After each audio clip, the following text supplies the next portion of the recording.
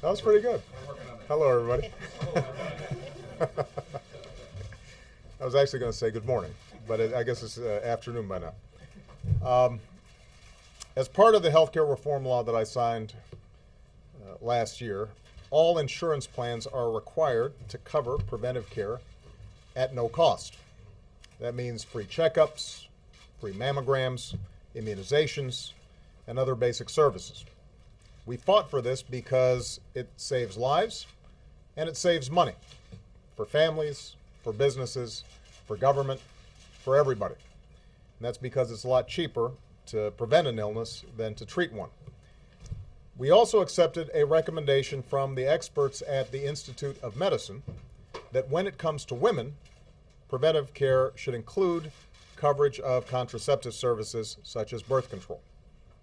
In addition to family planning, doctors often prescribe contraception as a way to reduce the risks of ovarian and other cancers and treat a variety of different ailments. And we know that the overall cost of healthcare is lower when women have access to contraceptive services. Nearly 99% of all women have relied on contraception at some point in their lives. 99%. And yet more than half of all women between the ages of 18 and 34 have struggled to afford it.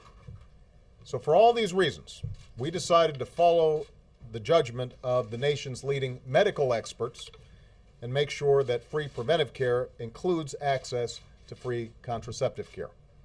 Whether you're a teacher or a small businesswoman or a nurse or a janitor, no woman's health should depend on who she is or where she works or how much money she makes.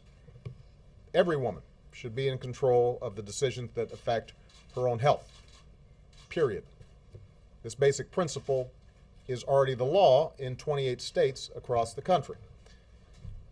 Now, as we move to implement this rule, however, we've been mindful that there's another principle at stake here, and that's the principle of religious liberty, an inalienable right that is enshrined in our Constitution. As a citizen and as a Christian, I cherish this right. In fact, my first job in Chicago was working with Catholic parishes in poor neighborhoods, and my salary was funded by a grant from an arm of the Catholic Church. And I saw that local churches often did more good for a community than a government program ever could.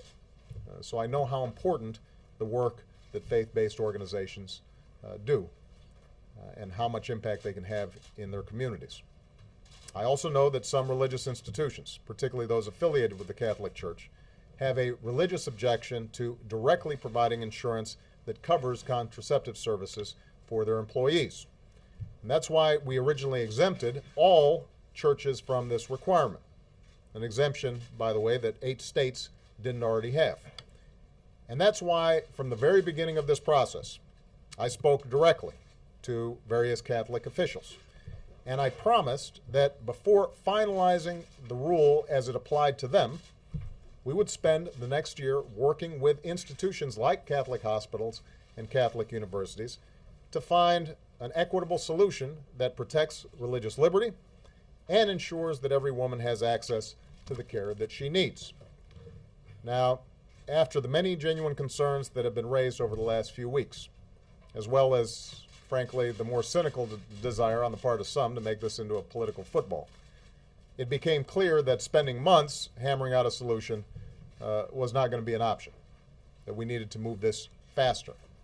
So last week I directed the Department of Health and Human Services to speed up the process that had already been envisioned. We weren't going to spend a year doing this, we're going to spend a week or two doing this. Today we've reached a decision on how to move forward. Under the rule, women will still have access to free preventive care that includes contraceptive services, no matter where they work. So that core principle remains. But if a woman's employer is a charity or a hospital that has a religious objection to providing contraceptive services as part of their health plan, the insurance company, not the hospital, not the charity, will be required to reach out and offer the woman contraceptive care free of charge, without copays and without hassles. The result will be that religious organizations won't have to pay for these services, and no religious institution will have to provide these services directly. Let me repeat, these employers will not have to pay for or provide contraceptive services. But women who work at these institutions will have access to free contraceptive services just like other women. And they'll no longer have to pay hundreds of dollars a year that could go towards paying the rent or buying groceries. Now, I've been confident from the start that we could work out a sensible approach here, just as I promised. I understand some folks in Washington may want to treat this as another political wedge issue, but it shouldn't be. I certainly never saw it that way.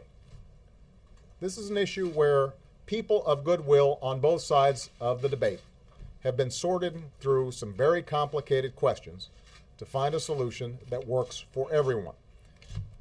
With today's announcement, we've done that.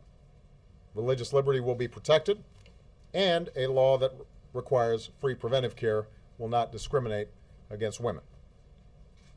And we live in a pluralistic society where we're not going to agree on every single issue or share every belief. That doesn't mean that we have to choose between individual liberty and basic fairness for all Americans. We are unique among nations for having been founded upon both these principles, and our obligation as citizens is to carry them forward. I have complete faith that we can do that. Thank you very much, everybody. Archbishop